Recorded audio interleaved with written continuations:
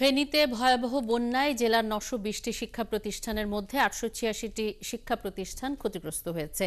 এতে ক্ষয়ক্ষতির পরিমাণ দাঁড়িয়েছে ৩৮,৭২,৫০০ টাকা। এদিকে বন্যার পানি নামার পর সদরসহ বিভিন্ন উপজেলায় শিক্ষা প্রতিষ্ঠান খুললেও শিক্ষার্থীদের উপস্থিতি কম। বিস্তারিত জানাচ্ছেন নুরুজ্জামান সুমন। ফেনীতে স্মরণকালের ভয়াবহ বন্যায় বিভিন্ন শিক্ষা প্রতিষ্ঠানের ব্যাপক ক্ষয়ক্ষতি হয়েছে। গত ২০ আগস্ট থেকে ফেনী জেলার প্রায় সকল শিক্ষা প্রতিষ্ঠান বন্ধ ছিল। আমি এই মুহূর্তে রয়েছি যে ফেনী শিশু নিকেতনে, জেলা সদরের এই বিদ্যালয়ে গত রোববার থেকে আনুষ্ঠানিকভাবে ক্লাস শুরু হয়েছে।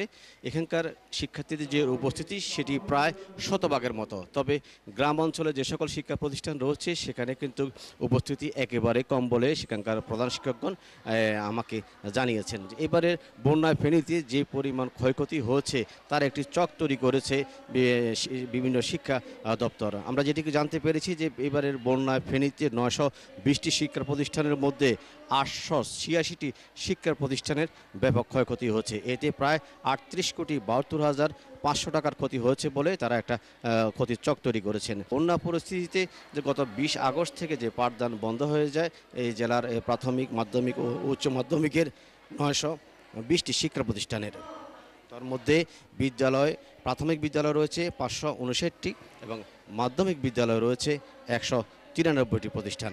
এছাড়া মাদ্রাসা রয়েছে ১২৮টি, কলেজ রয়েছে ৩০টি, কারিগরি, ডিপ্লোমা ও প্রশিক্ষণ সংশ্লিষ্ট 10টি শিক্ষা প্রতিষ্ঠান রয়েছে।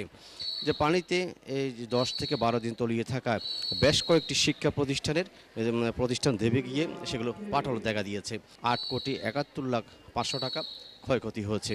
এর মধ্যে ছাগলনাইয়া উপজেলা প্রায় ১,১১,৯০,০০০ টাকা, ফেনী সদর উপজেলায় ১,১৫,৫০,০০০, দাগনভূঞা ১,২,৬০,০০০, ফুলগাজী উপজেলায় ১,৮১,৫০০,০০০ টাকা, পরশুরামে ২৭ লাখ এবং সোনাগাজী উপজেলায় ৩,৩৩,০০,০০০ টাকার ক্ষয়ক্ষতি হয়েছে।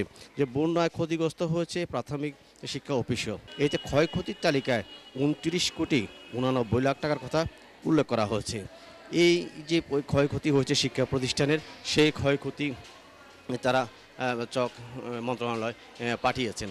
যে এখানকার অভিভাবক যারা বলছেন যে শিক্ষার্থীদের যে পরিমাণ যে বই খাতা তাদের যে নষ্ট হয়েছে সেগুলি আবার তারা নতুন করে আবার বাচ্চাদের হাতে তাদের জন্য দেয়া একটু কষ্টকর হয়ে যাবে। সেক্ষেত্রে যদি মন্ত্রণালয় আবার নতুন করে যদি শিক্ষার্থীদের হাতে শিক্ষা উপকরণ যদি তুলে দেয় তাহলে তাদের জন্য বিষয়টি সহজ হবে। সর্বোপরি জেলার এখন যে পরিস্থিতি, যে শিক্ষা বিভাগের যে ক্ষয়ক্ষতি হয়েছে সেটি কাটিয়ে উঠতে যে শিক্ষা প্রতিষ্ঠানগুলো নিয়মিত যদি চালু থাকে এবং পাঠদান কার্যক্রম যদি থাকে তাহলে তারা যে পিছিয়ে পড়া যে বন্যা যে ক্ষতিগ্রস্ত হয়েছে লেখাপড়া সেটি তারা শিক্ষার্থীরা পুষিয়ে নিতে পারবে বলে আমাদেরকে জানিয়েছেন। নুরুজ্জামান সুমন, ৭১, ফেনী।